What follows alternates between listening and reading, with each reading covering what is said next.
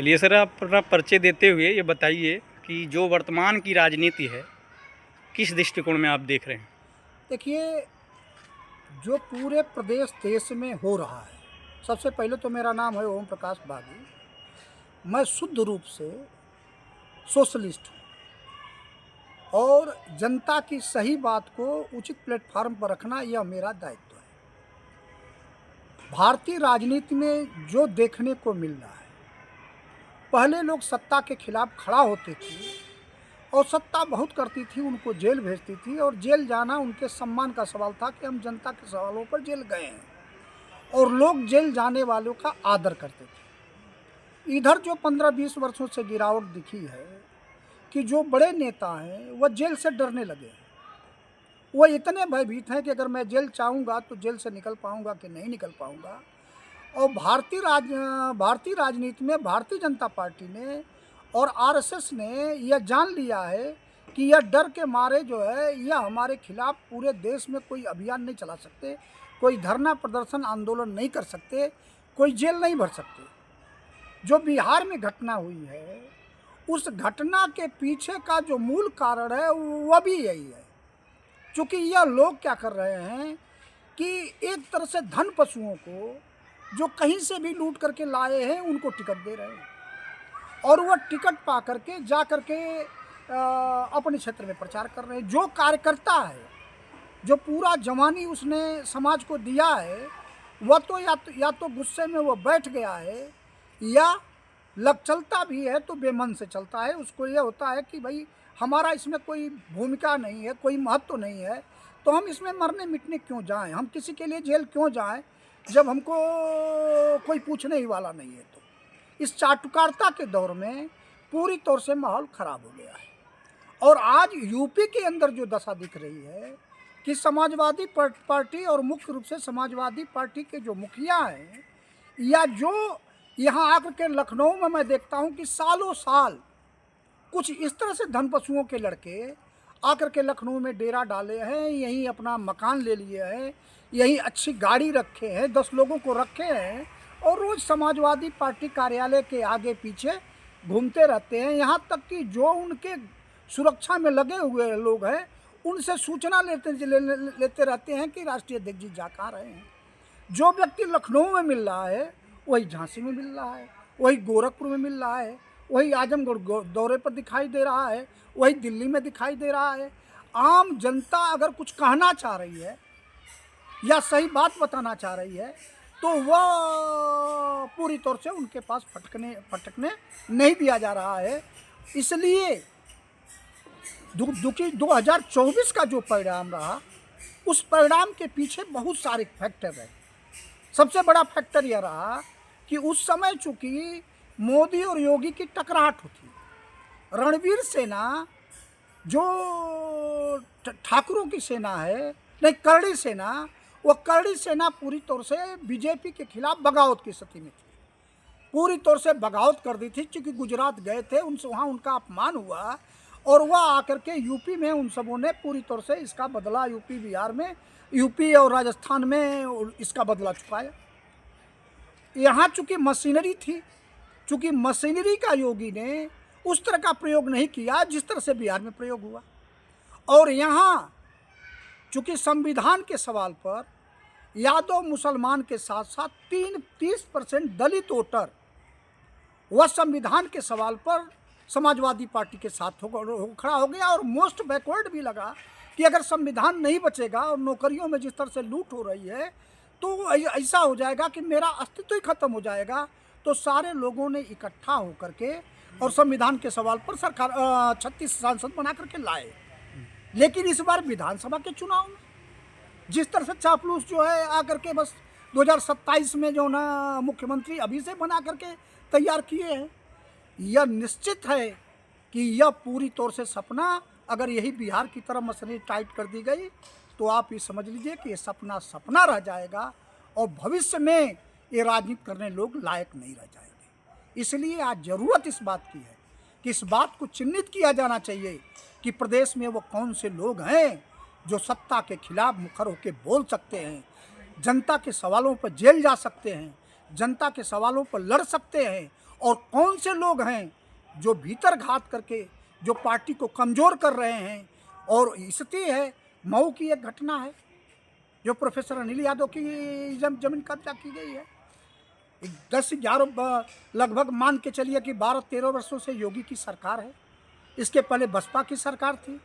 बसपा की सरकार में, सपा की सरकार में, योगी की सरकार में, किसी सरकार में चूंकि उस जमीन पर किसी ने हाथ नहीं लगाया। और आज हालत यह है कि सपा का सांसद ही, सपा का जो मूल वोटर है, उसका दिमाग इतना खराब हो गया कि वो जाकर के पूरी तौर से उस जमीन पर कब्जा कर रहा है और समाजवादी पार्टी उसको पूरी तौर से प्रोत्साहन दे रही है। यह बात पूरे प्रदेश देश में एक गलत मैसेज जा रहा है और इसको राष्ट्रीय अध्यक्ष जी को रोकना चाहिए। अगर नहीं रोकेंगे तो आने वाला जो परिणाम है, इन चापलूसों के बल पर, इन लुटेरों के बल पर, यह पूरी तौर से 2027 के मंसूबों पर पानी फेर देगा। यह निश्चित है कि कल न रोना पड़े, इसलिए आज सचेत होने की ज़रूरत है। प्रोफेसर साहब का इंटरव्यू हम लोगों ने लिया था अपने चैनल पे जी। उन्होंने हम लोगों को सारा अपना डॉक्यूमेंट्स दिखाया था जी। जिसमें एसडीएम की रिपोर्ट भी उन्होंने दिखाया था, जिसमें एसडीएम ने साफ लिखा था कि जिस स्थान पर संसद ने अपना मिट्टी कार्य किया है उस स्थान पर कोई रास्ता नहीं है। तो एक राजनेता अगर ऐसा काम करेगा तो उसके लिए क्या स्थिति आएगी? वो तो पूरी तो हमने भी देखा, हमने सारे रिकॉर्ड का अध्ययन किया है। और अब तक जो हम देखे हैं कि जैसे कोई भी ज़मीन है, अगर ज़मीन कम होती है तो अगल बगल के जो लोग हैं उनमें कम कर दिया जाता है। अगर ज़मीन एक्स्ट्रा हो रही है तो अगल बगल के लोगों को बांट दिया जाता है। चूँकि राजीव राज पीछे हैं, जो वो दावा कर रहे हैं वो दावा हम लेके कोई मूर्ख आदमी कर सकता है। चूँकि जिससे वो ज़मीन लिए हैं उस ज़मीन का जो सटा हुआ जो गाठा संख्या है उसमें अग्रवाल और उनकी है और पीछे से रास्ता है। इनका तो दावा बनता था, या जिसने ज़मीन बेचा उसका दावा बनता था कि पीछे से तो हमारा रास्ता हमको दो, हमारा रास्ता क्यों अवरुद्ध किए हैं। यह तो ले आकर के गुंडई के बल पर कि यह रास्ता की ज़मीन, हम इनकी ज़मीन कब्जा कर लेंगे तो इस ज़मीन की प्लाटिंग करा देंगे और कम से कम हम 6-7-8 करोड़ रुपया भी कमा लेंगे, हमारी मकान भी हो जाएगी। तो ये गिद्ध लोग, इनका समाज से कोई मतलब नहीं है, इनका समाजवादी पार्टी से भी कोई मतलब नहीं है। इनका बस समाजवादी पार्टी से लाभ लेकर के या पूरी तौर से समाजवादी पार्टी को लूटना इनकी मंशा है। और इसके पूर्व जब 2012 से 17 में सरकार थी तो मऊ जिले को अधिकारियों को लगा करके जिस तरह से लूटा गया था वह आज भी वहाँ की जनता भूल नहीं पाई है। और लोगों को इस बार लगा था कि इस बार अपनी गलती को यह महसूस करा, ऐसी गलती नहीं करेगा। लेकिन आज जो ये दिखाया है अपना चेहरा जो दिखाया है कि हम जो समझ रहे हो कि मैं वह नहीं हूँ, मैं वह हूँ जिसको तुम नहीं जान रहे हो। मेरा काम है कि जितनी भी इस तरह की चीज़ें हैं उनको हम कब्जा करेंगे, वहाँ इस तरह का धंधा करेंगे और सांसद हम ही रहेंगे। और चंद लोगों को दुर्भाग्य है, एक बार मैं बहराइच गया था और राम सेवक यादव जी की एक किताब थी सामाजिक न्याय पर, मैं उसको पढ़ रहा था। तो उसमें उन्होंने किया था कि जब मैं बहराइच में लोगों से कहने आया था कि तुम इंसान हो, तुम भी बेहतर बन सकते हो, तो तमाम लोगों ने चापलूसी में मेरे ऊपर हमको गाली दिया, अपने दरवाजे से भगाया। कुछ लोगों ने हमारे ऊपर जूता फेंका। तो उन्होंने कहा कि हमने कहा था कि आज तो जो तुम कर रहे हो, एक दिन मेरे मरने के बाद तुम्हारी पूजा करोगे। ठीक वही पोजीशन आ गई कि आज तो जो चापलूस हैं वो गाली दे रहे हैं, आज तो जो चापलूस हैं वह पूरी तौर से पैरल टीम चला रहे हैं।